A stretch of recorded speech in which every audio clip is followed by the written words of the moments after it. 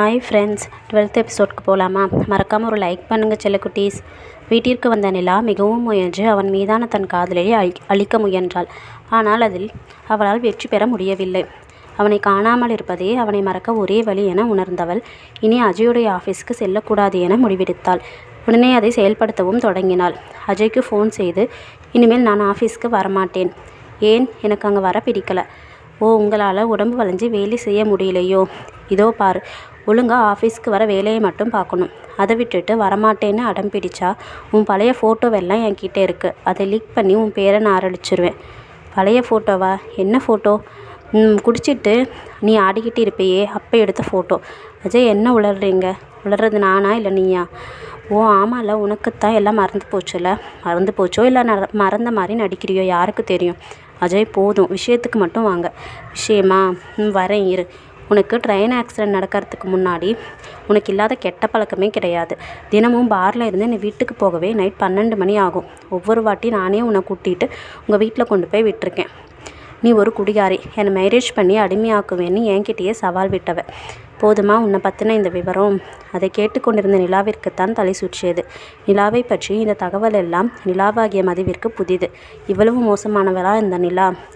அஜய் தன்னை இவ்வளவு வெறுக்க காரணமும் புரிந்து போனது அவளுக்கு. இதோ பாரு நிலா, நீ அப்போ குடிச்சிட்டு ஆடிக்கிட்டு இருந்த வீடியோ என்கிட்ட இருக்குது. அந்த வீடியோவில் இருக்க உன்னோட ஃபேஸ்க்கும் இப்போ இருக்க ஃபேஸ்க்கும் டிஃப்ரென்ஸ் இருந்தாலும் அது நீ தானே எல்லோருக்கும் தெரியும். ஸோ நீ ஆஃபீஸ்க்கு வந்து தான் ஆகணும். உனக்கு வேறு ஆப்ஷனே நான் தரப்போகிறதில்ல. நிலா தான் அவனிடம் மீள முடியாதபடி மாட்டிக்கொண்டோம் என்பதை உணர்ந்தாள். வேறு வழியின்றி மீண்டும் அவன் ஆஃபீஸுக்கே செல்ல வேண்டிய தன் அவல நிலையை எண்ணி மனமுடைந்தாள்.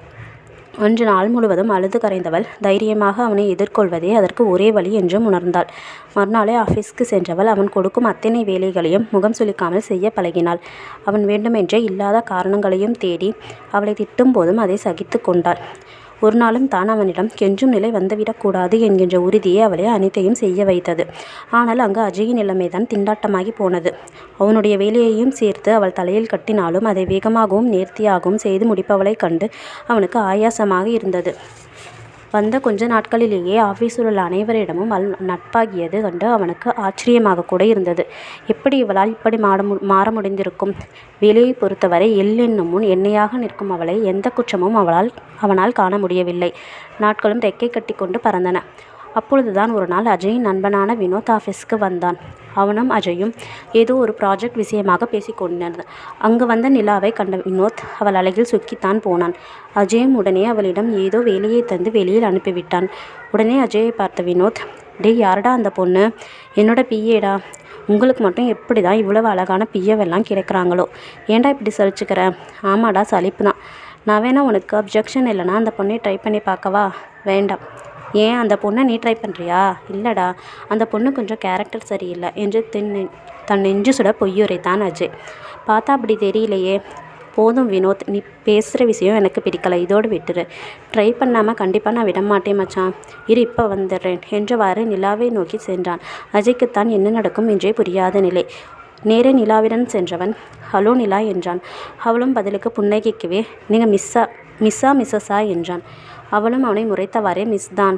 ஏன் கேட்குறீங்க? இல்லை, உங்களை எனக்கு ரொம்ப பிடிச்சிருக்கு. I love you Nila. Sorry sir, நீங்கள் நினைக்கிற மாதிரி பொண்ணு நான் இல்லை. நீ எப்படி இருந்தாலும் பரவாயில்லம்மா. நான் எவ்வளவு பணக்காரன்னு தெரியுமா? உன்னை மகாராணி மாதிரி என்னால் பார்த்துக்க முடியும். அப்படியெல்லாம் என் கூட பேச சொல்லி அஜய் அனுப்பிவிட்டாரா? நோ நிலா, அவனுக்கும் இதுக்கும் சம்மந்தம் இல்லை. நான் உண்மையாகவே உன்னை காதலிக்கிறேன். இருக்கலாம் சார், ஆனால் நான் உங்களை லவ் பண்ணல. இடத்த காலி பண்ணுங்க, ரொம்ப நல்லா இருக்கும். என்கிட்ட இருக்கிற சொத்தோட அளவு தெரிஞ்சால் நீ இப்படி பேச மாட்டேன். உடனே கோபமுற்ற நிலா, செட்டப். இப்போ இங்கேருந்து கிளம்பலைன்னா நீங்கள் என்கிட்ட தப்பாக நடந்துக்கிட்டதா கத்தி கூட்டி ஊரையே கூட்டிடுவேன். எப்படி வசதி? அம்மா தாயே, என்னை மன்னிச்சிரு என்றவாறே கிளம்பியவன் நேரே அஜயிடம் சென்றான். உடனே அஜய், என்னடா அவ சொன்னா? சொரக்காய் குப்பில்லைன்னு சொன்னான். டே, ஒழுங்காக சொல்லு. இன்னும் கொஞ்ச நேரம் நாங்கள் நின்று இருந்தா அவள் கண்ணிலேயே என்னை எரிச்சிருப்பா.